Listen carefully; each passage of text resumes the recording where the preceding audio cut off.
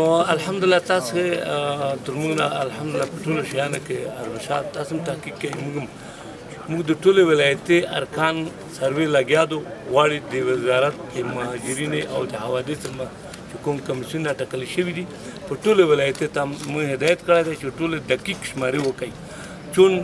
وخت تر ورځ تر بله زیاتېږي نو 8000 کورنۍ تقریبا به ضایع شوي دي د سیلابي د بارانو د وجې نه په ټولو ولایتو کې 8000 کورنۍ دا په څونه وخت کې دی 2 جمعو کې دا تقریبا چې د باران او شروع شوي د موسم کې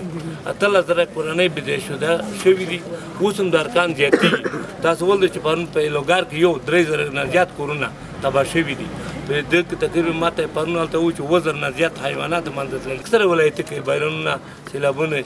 خلکو ته ځاني مالونه